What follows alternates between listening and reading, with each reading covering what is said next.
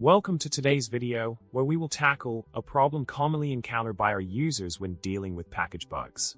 The issue at hand involves a bug in the gganimate package that disrupts the functionality of a graph.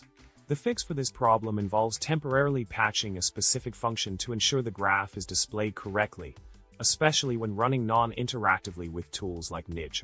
Now let's dive into the solution for this problem. By utilizing the trace function in R, we can insert the necessary code snippet at the specified location within the ggplot_build.ganim function. This code snippet reorders the data within the function to address the bug.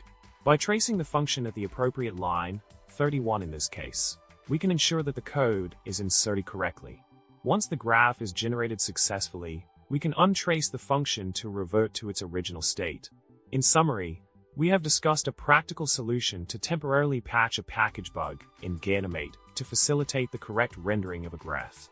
By utilizing the trace function in R, we can effectively insert the necessary code snippet to address the bug without making permanent changes to the package.